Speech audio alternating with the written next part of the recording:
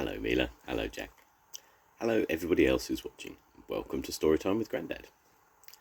Today's book is called Snuff.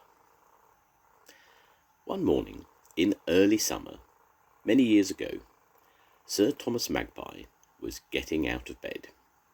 He was unhappy because he'd just found out in the night the mice had been eating his boots again. "Snuff!" he shouted. "Snuff!" Who was Snuff? Snuff was Sir Thomas Magpie's page. A page is a boy who goes to live with a knight as his servant and also learns how to be a knight himself when he grows up.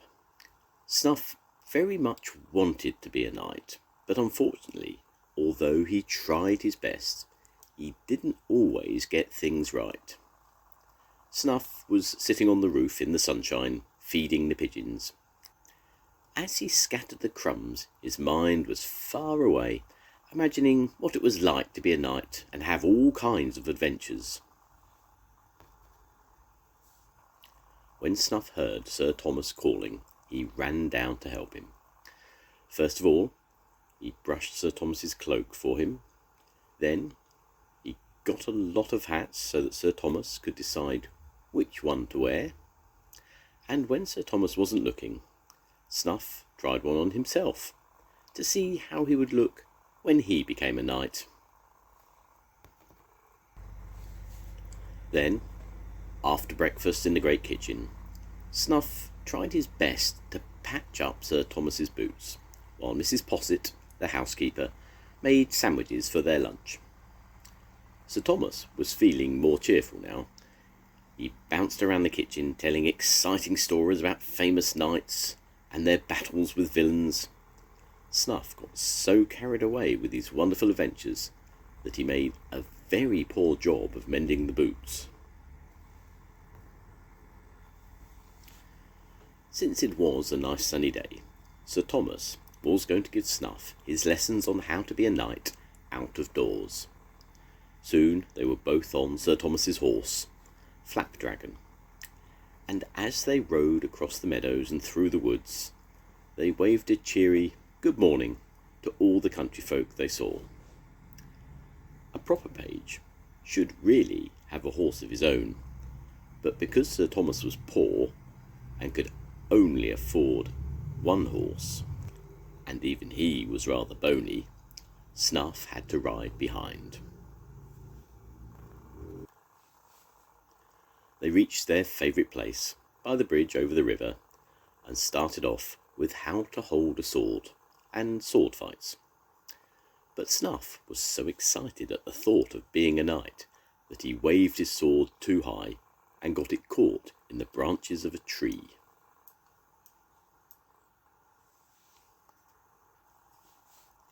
After that they had dancing. Snuff took 3 paces to the left, when he should have taken 3 paces to the right, and put his foot in the sandwiches.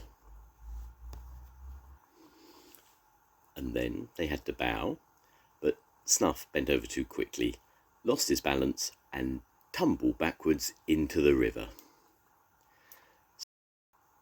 Sir Thomas gave a sigh as he wrung the water out of Snuff's clothes. "Snuff," he said, "at this rate it will be a very long time before we make a knight out of you. You can't sword fight, you can't dance, you can't bow, and what's more, you can't even mend a pair of mouse-eaten boots." He pointed to his boots, which were now coming apart again. "It's no good," he said. "We'll have to pay a visit to the bootmaker, who lives in the clearing. On your feet, Snuff." So off they trotted through the woods. When they got near the bootmaker's cottage, Sir Thomas and Snuff saw something very strange.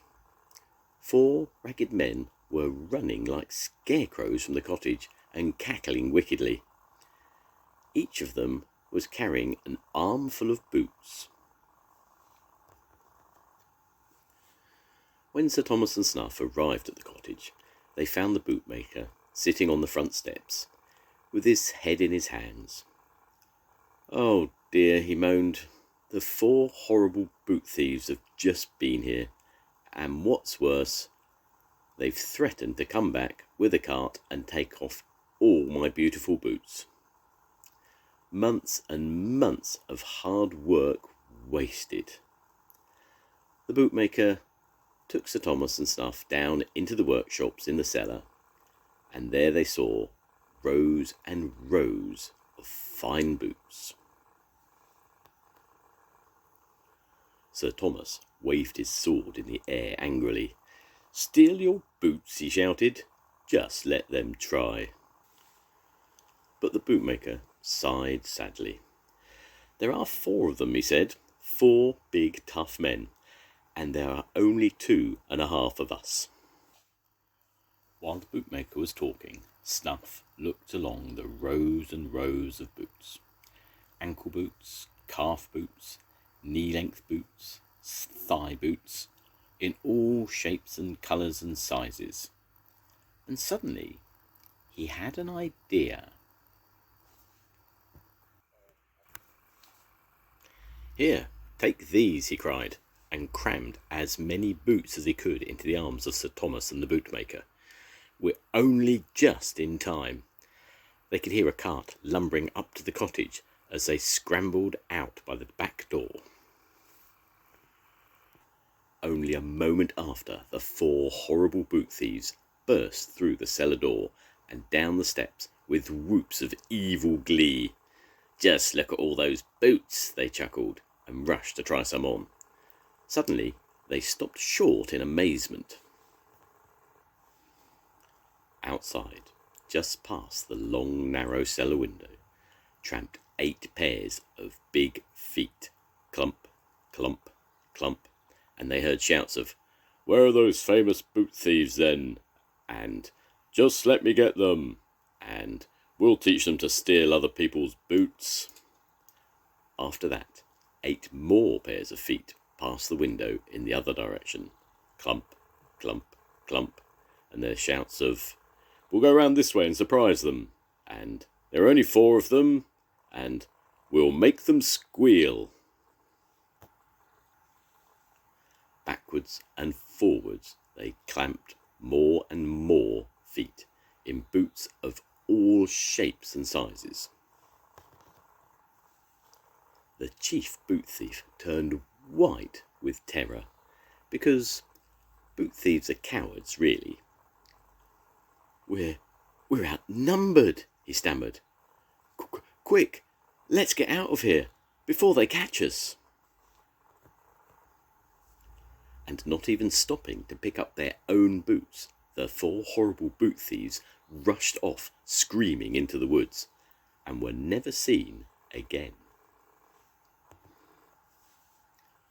"What a clever idea, Snuff," said the bootmaker, "for us all to put boots on our hands and feet and keep walking backwards and forwards past the window." "Yes, indeed, Snuff," agreed Sir Thomas.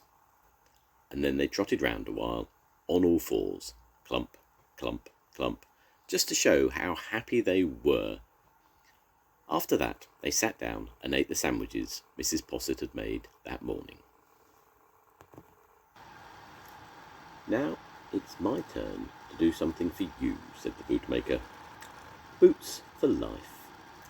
Whenever either of you wants a pair of boots, you only have to come to me and ask for them.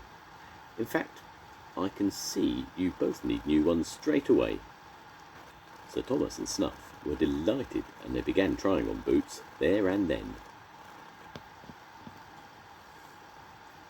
And that wasn't all. When Snuff had got his new boots on, the bootmaker said, "Now, come with me." They went to the orchard at the back of the house, and there saw a little horse looking over a gate. "His name is Flinders," said the bootmaker, "and I want you to have him, Snuff, so that you can learn to be a knight properly."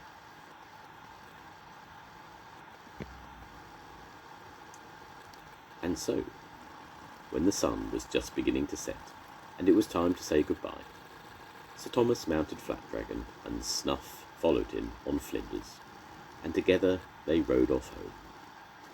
"Well done, Snuff," said Sir Thomas. "I can see that you're going to be a first-rate knight after all." You can just imagine how pleased Snuff felt. The end. Goodbye, Mina. Goodbye, Jack. I'll see you soon. Goodbye, everybody. Bye.